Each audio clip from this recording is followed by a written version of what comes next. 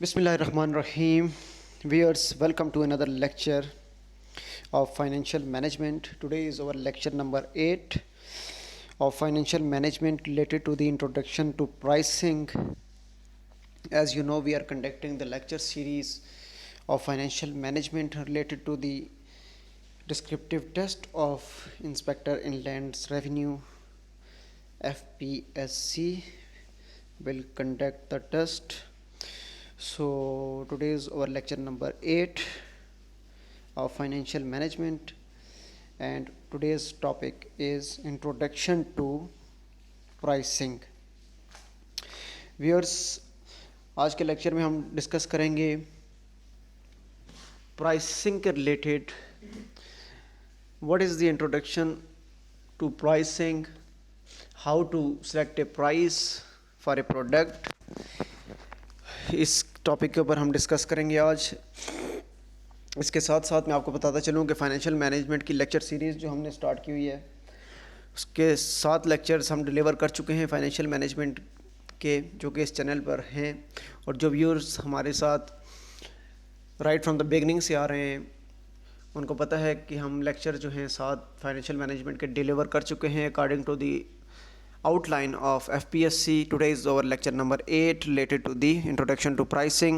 So जो viewers नए हैं उनसे रिक्वेस्ट होगी कि चैनल को विज़िट करें और पहले वो 7 लेक्चर्स फाइनेंशियल मैनेजमेंट के देखें जो हमने डिफरेंट टॉपिक्स के ऊपर किए हैं, ताकि जितनी भी फाइनेंशियल मैनेजमेंट की टर्मिनोलॉजीज़ और लेक्चर्स जो टॉपिक्स हमने डिस्कस किए हैं वो आपको समझ आ सके. और मोस्ट इम्पॉर्टेंटली जो आज का लेक्चर है, इसमें जो टर्म्स यूज़ होंगी तो आप उन लेक्चर से गो थ्रू होकर आएंगे तो you can understand better. So viewers, इसके साथ साथ एक रिक्वेस्ट होगी कि चैनल को सब्सक्राइब कर दें, बेल आइकन को प्रेस करें, ताकि नए आने वाले जितने भी लेक्चर्स होंगे टाइमली आप तक पहुंच सकें. फाइनेंशियल मैनेजमेंट की जो लेक्चर सीरीज़ हम कंडक्ट कर रहे हैं, इसको इंशाल्लाह वाइंड अप करने के बाद हम ह्यूमन रिसोर्स मैनेजमेंट की तरफ जाएंगे. उसके सारे लेक्चर्स हम इसी तरह डिस्कस करेंगे. उसके बाद functions of federal board of revenue पे जाएंगे, फिर फिस्कल पॉलिसी ऑफ पाकिस्तान पे जाएंगे. तो ये सारी लेक्चर सीरीज़ जो है हम अपलोड करेंगे इस चैनल पे. अगेन रिक्वेस्ट होगी आपसे कि चैनल को सब्सक्राइब कर दें, ताकि नए आने वाले लेक्चर्स जो हैं टाइमली आप तक पहुंच सकें. सो स्टार्ट करते हैं आज का lecture which is related to the pricing. First of all definition पे आते हैं प्राइसिंग की. What is price? Decide the amount required as payment for something offered for sale. Simple words में मैं आपके साथ शेयर कर रहा हूँ चीज़ों को, ताकि जिन लोगों का बैकग्राउंड फाइनेंस से नहीं है वो भी इजीली अंडरस्टैंड कर सके चीज़ों को. प्राइस ये है कि the amount required as payment for something offered for sale. अगर कोई चीज़ ऑफ़र की जाती है सेल के लिए, तो उसके ऊपर जो एक रिक्वायर्ड अमाउंट जो है वो रखी जाती है, उसको हम कहते हैं प्राइस. प्राइस की डिटेल डेफिनेशन की तरफ आते हैं हम. Price is a amount of money charged for a product और service. It is the sum of all the values that consumers give up in order to gain the benefits of having or using a product और service. Viewers, definition आपके सामने read की. Definition से हमें ये पता चलता है कि प्राइसिंग का मतलब ये है कि एक अमाउंट, एक मनी जो चार्ज की जाती है किसी भी प्रोडक्ट या सर्विस को जब सेल किया जाता है, तो उसके ऊपर जो चार्ज की जाती है amount of money, that is called the price. It is the sum of all the values that consumers give up. ये जो तमाम जो वैल्यू उस प्रोडक्ट की होती है वो सम होता है वो उस प्राइस में जो कंज्यूमर देता है, in order to gain the benefits, कि वो उस प्रोडक्ट के जो हैं बेनिफिट्स जो है वो गेन कर सके या उस प्रोडक्ट को वो परचेज़ कर सके. सो प्रोडक्ट को परचेज़ करने के लिए जो रिक्वायर्ड अमाउंट जो देनी पड़ती है, which is called price. Again मैं डेफिनेशन को रीड आउट करता हूँ. Price is a amount of money charge for a product और सर्विस.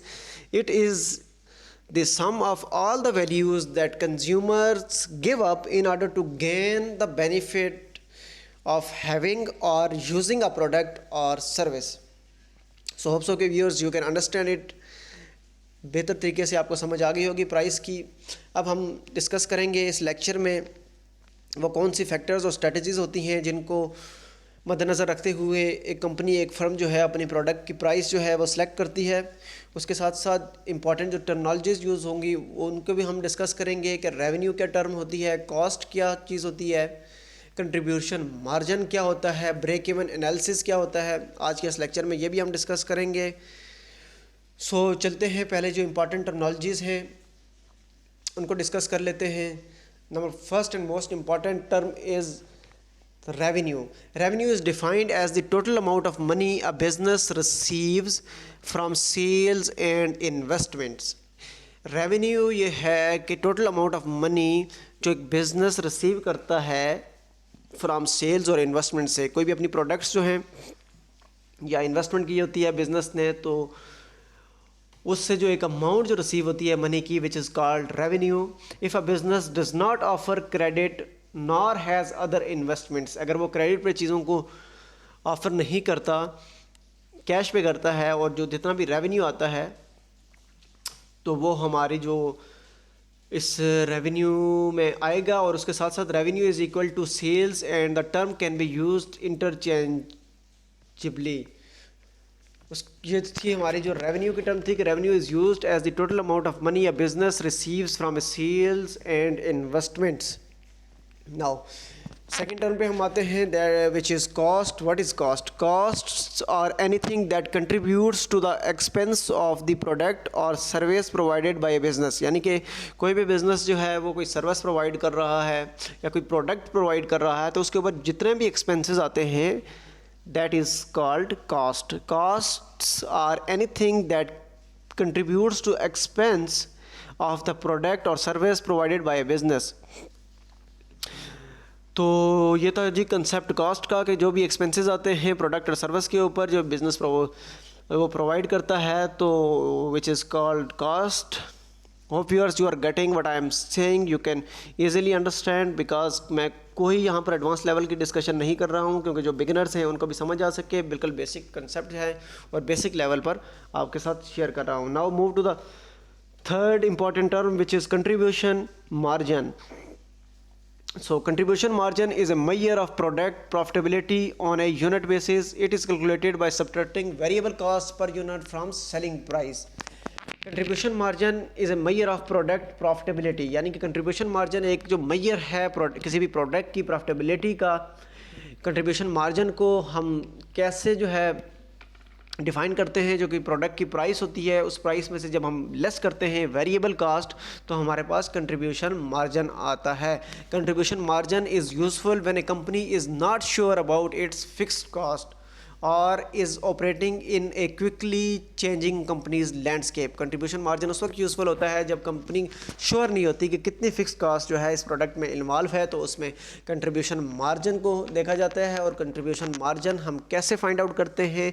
एक प्रोडक्ट की प्राइस और प्राइस में से माइनस करते हैं variable cost. As you know कि जब प्रोडक्ट हम कोई मैन्युफैक्चर करते हैं कोई कंपनी, तो उसमें वेरिएबल कॉस्ट भी होती हैं, फिक्स कॉस्ट भी होती है। तो कंट्रीब्यूशन मार्जिन हमें जो पता चलता है वो प्राइस से, टोटल प्राइस जो होती है प्रोडक्ट की, उसमें से लेस करते हैं, माइनस करते हैं वेरिएबल कॉस्ट, तो हमारे पास आता है contribution margin. Viewers, let's move to the next important term which is break even analysis. Very important जो टर्म है break even analysis. Break even analysis क्या होता है ये डिस्कस करते हैं हम। When selling a product with a positive contribution margin, there is a point at which revenue is equal to expenses, that is the break even point.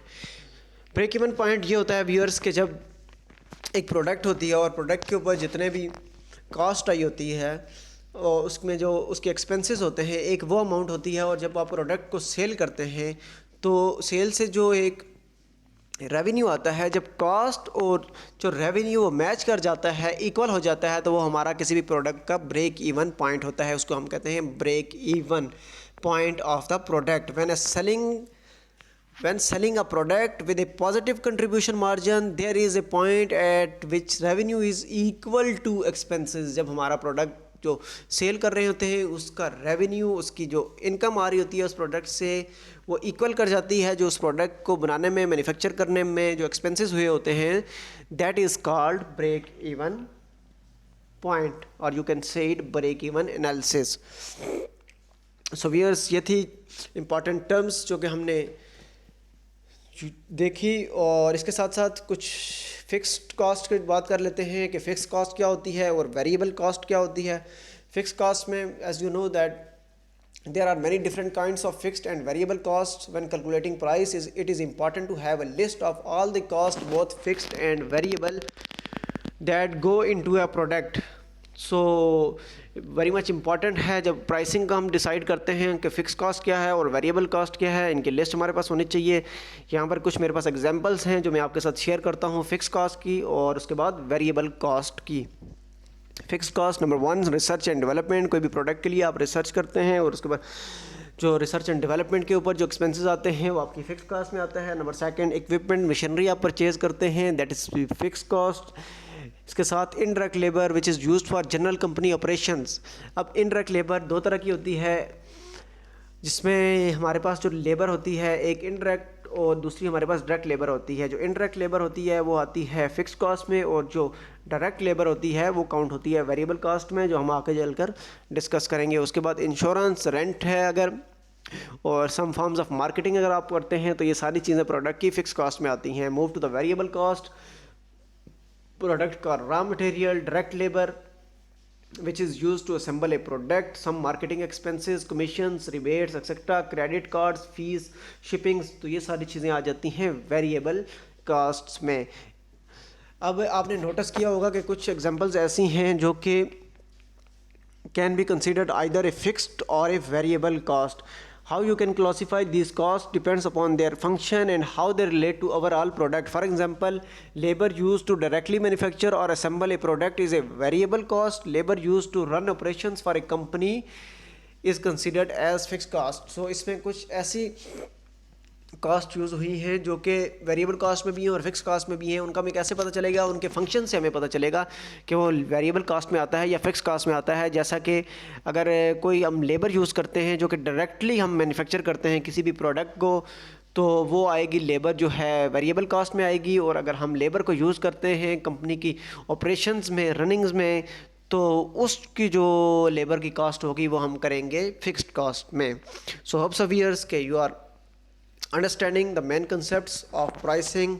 Now move towards the factors which are very important while deciding a price for a product. So कौन से factors होते हैं जो pricing strategies होती हैं? Number first जो हमारे पास आती है that is cost based pricing. Cost plus pricing भी इसको कहते हैं। A basic method that can be use to determine price is one based on cost, often called cost plus pricing.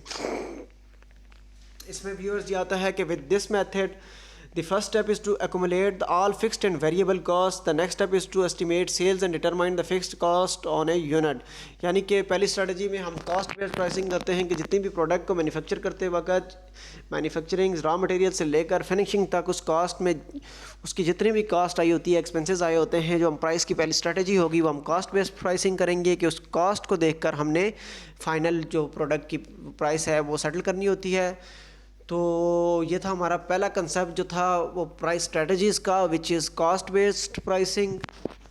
Number second जो है हमारे पास strategy which is based on value based pricing. The most effective way to price an object is based on the value it creates for a customer and the customer's perceived worth, referred to as value based pricing. यानी कि value ये है कि जो कोई भी product जो है जब कस्टमर्स के लिए जो है एक वैल्यू प्रोवाइड करती है और कस्टमर्स परसीव्ड करते हैं उसकी वर्थ को, तो which is related to the value based pricing. It requires significant knowledge of a company's customer and their needs.